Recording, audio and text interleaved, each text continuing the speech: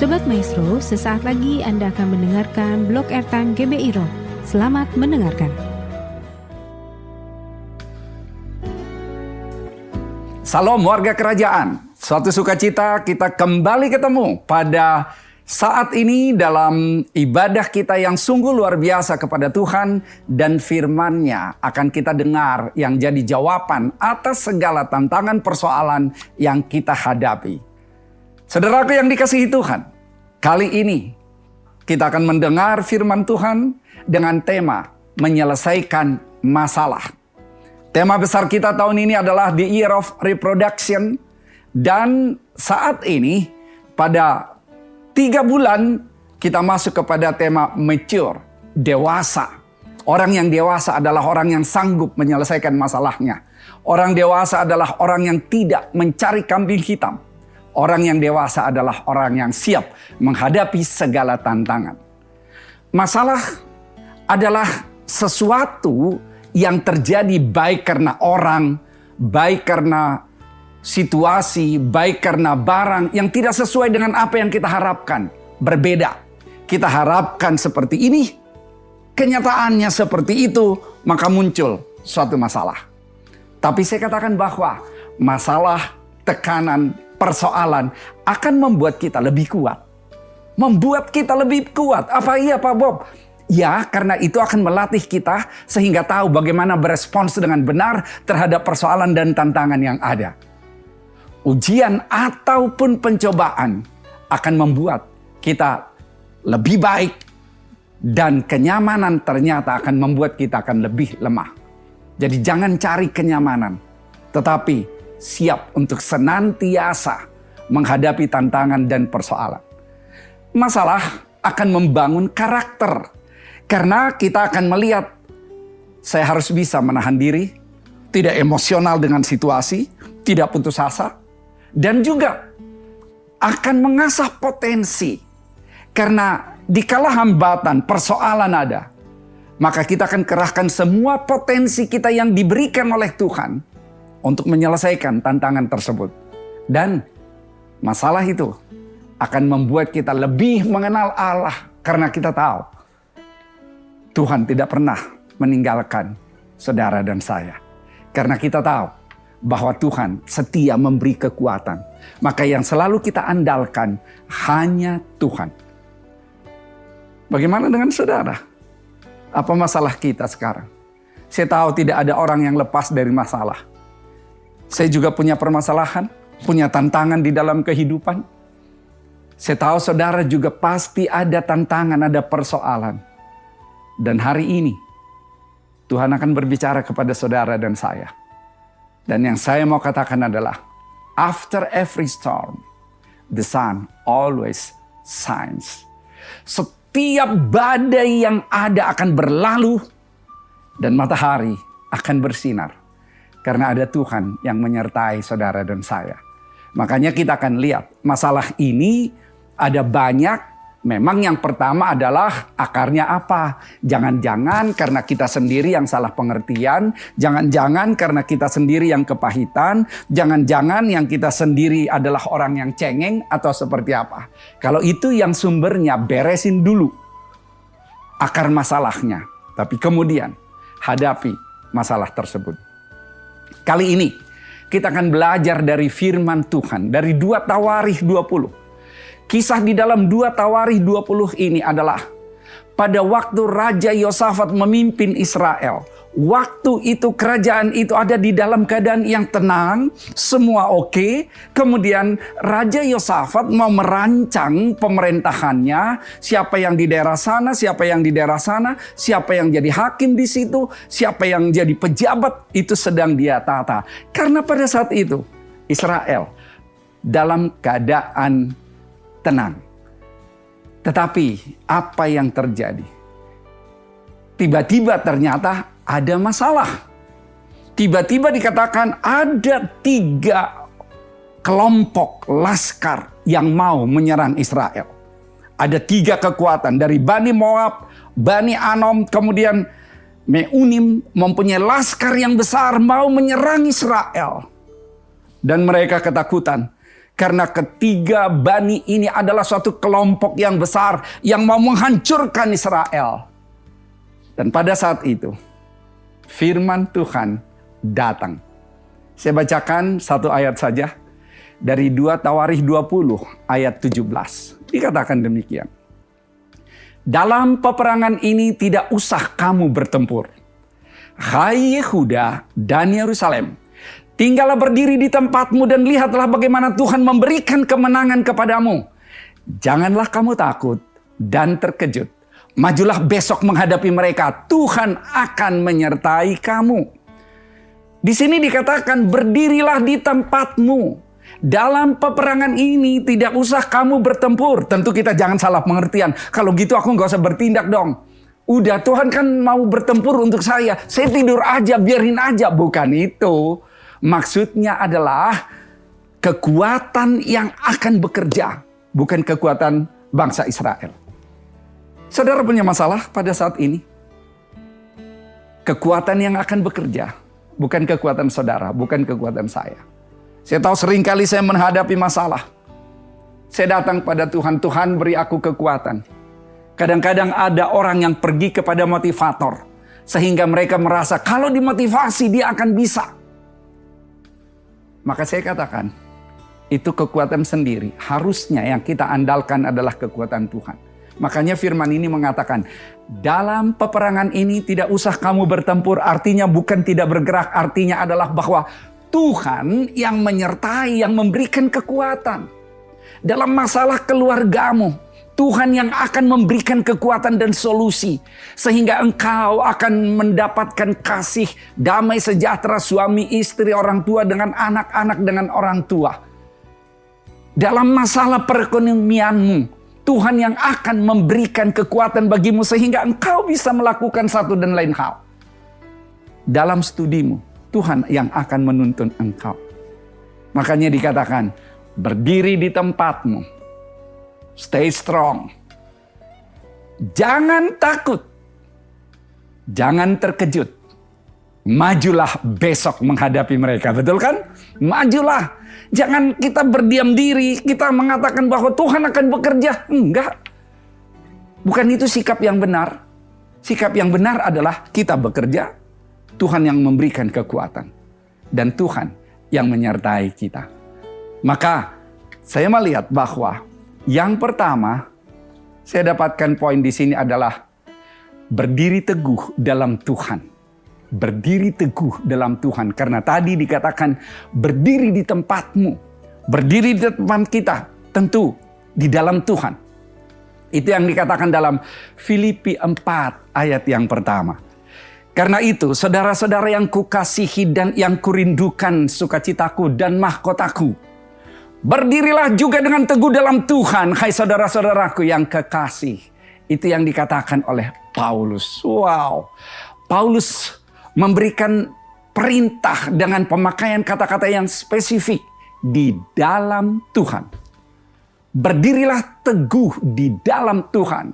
Stand firm in the Lord. Berdiri teguh di dalam Tuhan. Dalam Alkitab, salah satu kata yang banyak muncul diberikan kepada kita adalah phobos.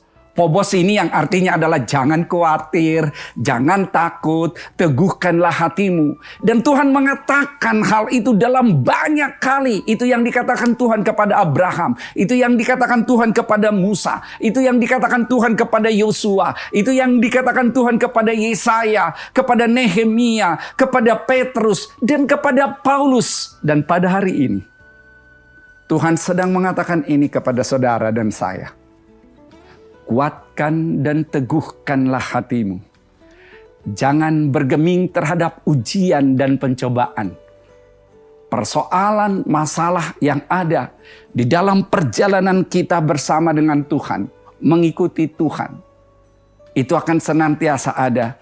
Tetapi saya katakan kepada saudara, stand firm in the Lord. Berdirilah teguh di dalam Tuhan. Sehingga kita bukan menjadi orang yang putus asa. Berdiri teguh di dalam Tuhan. Baru-baru ini ada mahasiswa baru diterima. Yang bimbingan juga di tempat kami. Tapi mereka mengatakan bahwa sewaktu mereka mengikuti bimbingan ini, padahal ada pandemi, ada banyak masalah karena mereka ini adalah dalam kelompok yang kurang mampu. Untuk ini juga sulit untuk dapat kuota. Kalaupun ada kuota, ada gangguan karena di pedalaman di desa itu, karena kami masuk ke desa, ini ada program khusus kami. Lalu sinyal pun seringkali ada tantangan sehingga mereka menganggap, aduh gimana aku bisa belajar nih? Apa aku terus enggak ya ikut belajar ini di bimbel ini? Tapi dia putuskan untuk terus sehingga dia berhasil dan dia lulus. Itu baru-baru ini dia katakan sebagai kesaksian. Sewaktu kami bikin pertemuan dengan mereka-mereka yang berhasil tersebut. Dan memang kita harus kuat di dalam Tuhan. Lalu ada yang ya beberapa tahun lalu, mungkin itu adalah yang sekitar 5 tahun lalu, dia juga memberikan testimoni. Setelah dia lulus, dia ikut testimoni baru-baru ini karena dia ikut datang, diundang untuk bicara. Dia katakan bahwa sewaktu saya kuliah, biaya saya udah nggak ada. Lalu saya berpikir, ya sudahlah, saya nikah aja udah. Karena nggak mungkin saya menyelesaikan ini. Karena untuk masuk pun biaya saya sudah berat. Tetapi dia menguatkan kepercayaannya di dalam Tuhan. Dia melakukan satu dan lain hal. Maka akhirnya dia bisa mendapatkan untuk biaya kuliahnya. Karena saya katakan bahwa solusi itu akan ada kalau kita akan melakukan sesuatu berdiri teguh di dalam Tuhan. Kita mengerti prinsip yang ada. Karena kita bisa melakukan sesuatu, kita bisa mendapat beasiswa, ada banyak hal. Mungkin juga ada yang bisa membantu, ada banyak hal. Tetapi kita nggak boleh cengeng. Saya katakan, God never promises the sky always blue.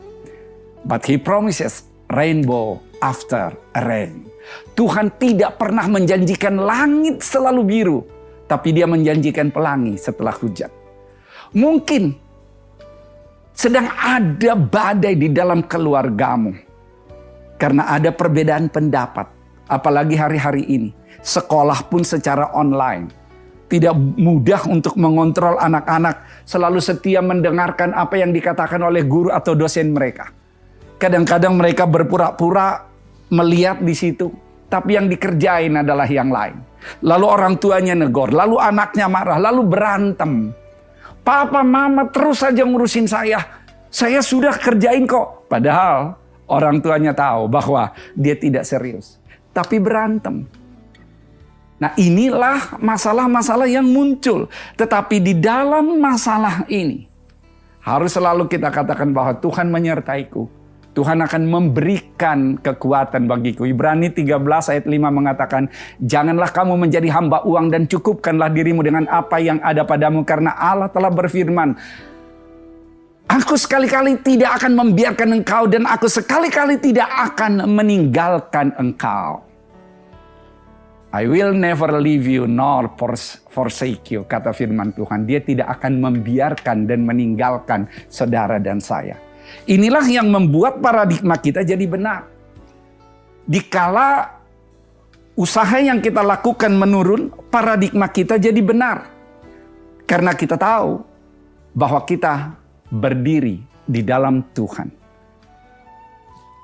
Yang kedua, yang saya lihat dari apa yang dialami oleh bangsa Israel sewaktu dipimpin oleh Raja Yosafat tersebut, mereka dengar firman Tuhan, berdiri teguh.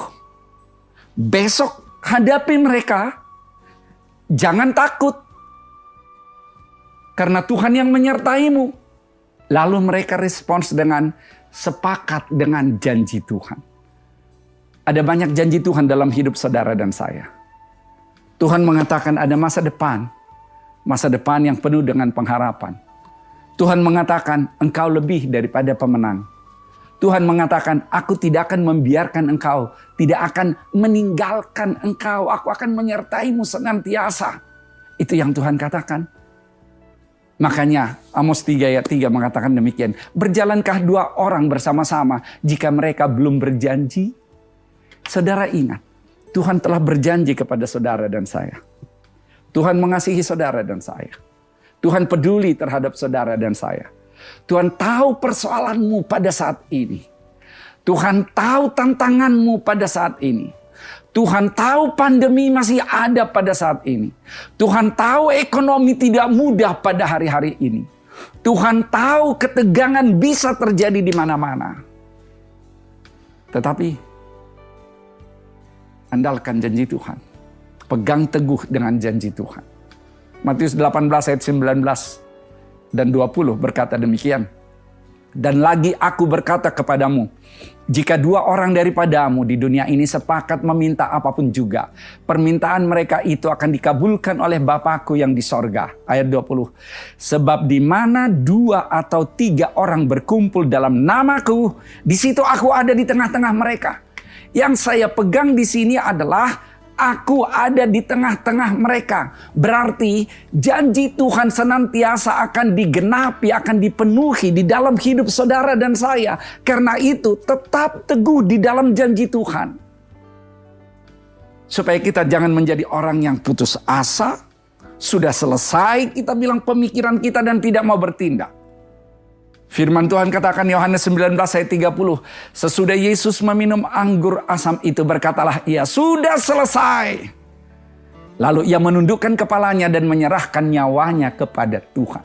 Yesus mengatakan sudah selesai. It is finished. Teteletai. Sudah selesai. Kalau sudah selesai, berarti sebenarnya solusi sudah ada. Dan kita harus jalani untuk menyelesaikan persoalan tersebut. Tapi Tuhan yang berjanji sudah selesai.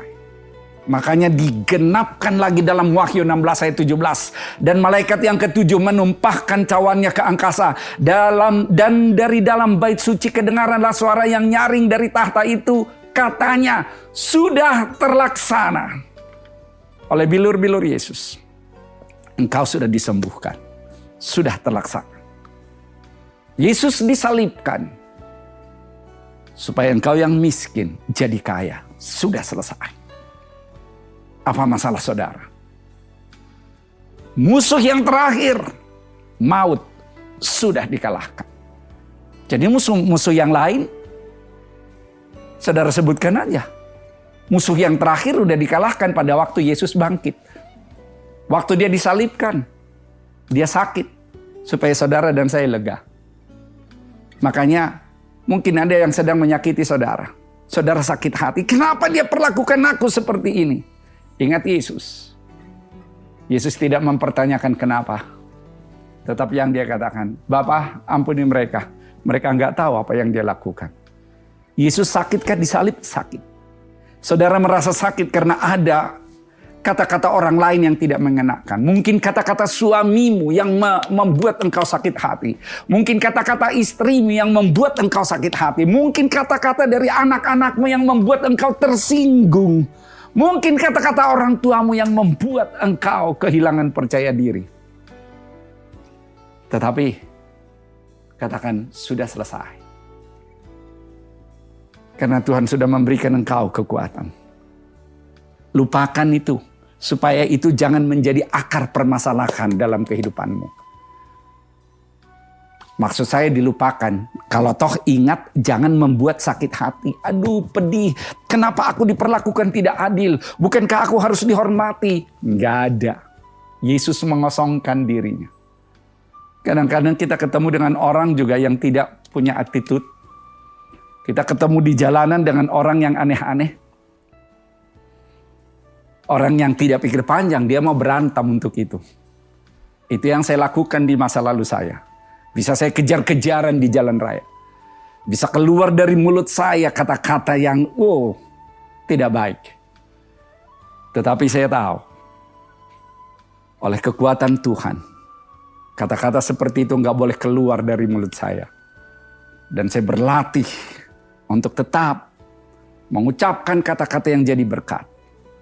Supaya orang lain dikuatkan, bahkan diinspirasi. Dan yang ketiga, yang Tuhan katakan tadi, besok engkau berperang kepada bangsa Israel. Besok engkau berperang, hadapi mereka. Maka poin yang ketiga saya katakan, melangkah dengan kekuatan Tuhan. Melangkah dengan kekuatan Tuhan, bukan dengan kekuatanmu, bukan dengan hikmat dunia, tetapi dengan kekuatan Tuhan, dengan hikmat Tuhan. Pengkhotbah 9 ayat 10 berkata, segala sesuatu yang dijumpai tanganmu untuk dikerjakan, kerjakanlah itu sekuat tenaga. Karena tak ada pekerjaan, pertimbangan, pengetahuan, dan hikmat dalam dunia orang mati, kemana engkau akan pergi. Kerjakanlah sekuat tenaga. Apa masalahmu hari ini? Kerjakan solusinya sekuat tenagamu. Apa masalahmu hari-hari ini? Saya sudah katakan, tidak ada orang yang lepas, yang bebas dari masalah. Mungkin kau katakan, aku sedang sakit Pak Bob. Itu pun mujizat bisa terjadi. Masih ada mujizat sampai pada saat ini. Kerjakan dengan sekuat tenaga. Untuk apa? Untuk tetap berpengharapan kepada Tuhan. Untuk tetap mengandalkan Tuhan. Untuk tetap punya iman kepada Tuhan. Iman adalah dasar dari sesuatu yang dia harapkan. Bukti dari sesuatu yang belum dia lihat. Dia belum lihat bahwa dia dikasih toga sebagai seorang sarjana dan diwisuda. Tetapi imannya jadi bukti yang belum dia lihat sebagai kenyataan tersebut. Karena dia tahu janji Tuhan dalam hidupnya adalah janji yang luar biasa, yang senantiasa akan menyertainya sampai kepada akhir zaman. Maka saya juga katakan melangkah itu, kalau saya katakan itu adalah step, saya akan bikin akronimnya step melangkah. S-nya itu adalah strength, kekuatan. Ada kekuatan dalam hidup kita, dalam hidup saudara dan saya. Yang kedua adalah T. T adalah trust in God. Percaya kepada Tuhan dalam kita melangkah ini. Yang ketiga, endurance. Perlu daya tahan. Karena mungkin tidak dalam seketika selesai. Saudara kalau ingat COVID ini. Di awal ada yang menganalisis 6 bulan. Oh 1 tahun. Oh panjang sampai saat ini. Bahkan ada yang mengatakan sekarang mungkin 1 tahun, mungkin 2 tahun, mungkin 3 tahun. Gak ada yang tahu. Tetapi kita harus punya endurance di dalam Tuhan. Kalau kita ada di dalam Tuhan, maka tidak ada hal lain yang bisa menguasai kita. Hanya Tuhan yang menguasai kita, bukan pandemi, bukan sakit penyakit. Dan yang keempat, ada passion. Ada passion, ada kebulatan tekad di dalam diri kita. Karena kita tahu kita sedang bergerak, berjalan di dalam jalannya Tuhan. Makanya pastikan engkau berjalan di dalam jalannya Tuhan. Bukan berjalan di dalam kekeliruan, bukan berjalan di dalam dosa, bukan berjalan di dalam hal-hal yang tidak berkenan kepada Tuhan. Maka kalau ini yang dilakukan, percayalah, akan ada hal-hal yang dahsyat dalam kehidupanmu. Akan ada senantiasa solusi, karena Tuhan yang menyertai saudara dan saya. Kitab Ibrani 12 ayat 2 mengatakan, marilah kita melakukannya dengan mata yang tertuju kepada Yesus. Lakukan sesuatu, tapi bukan dengan menganggap engkau hebat. Engkau tangguh. Mata tertuju kepada Yesus. Sehingga kekuatan itu turun atasmu. Dalam persoalan ekonomimu, mungkin engkau katakan, sulit bagiku untuk membiayai anak-anakku pada saat ini. Lakukan sesuatu, matamu tertuju kepada Yesus. Dalam konflik keluargamu, jangan lari, jangan katakan aku mau cerai, enggak.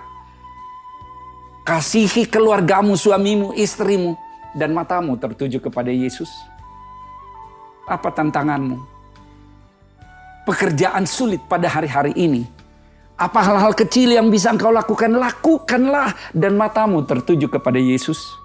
Karena Yesus mengasihi engkau. Marilah kita melakukannya dengan mata yang tertuju kepada Yesus. Yang memimpin kita di dalam iman. Dan yang membawa iman kita itu kepada kesempurnaan.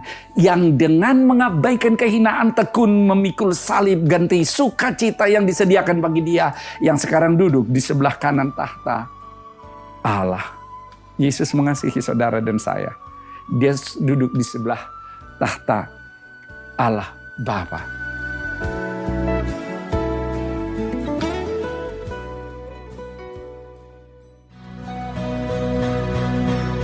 Terima kasih Anda telah mendengarkan Blog Airtime GBI Rock. Tuhan memberkati.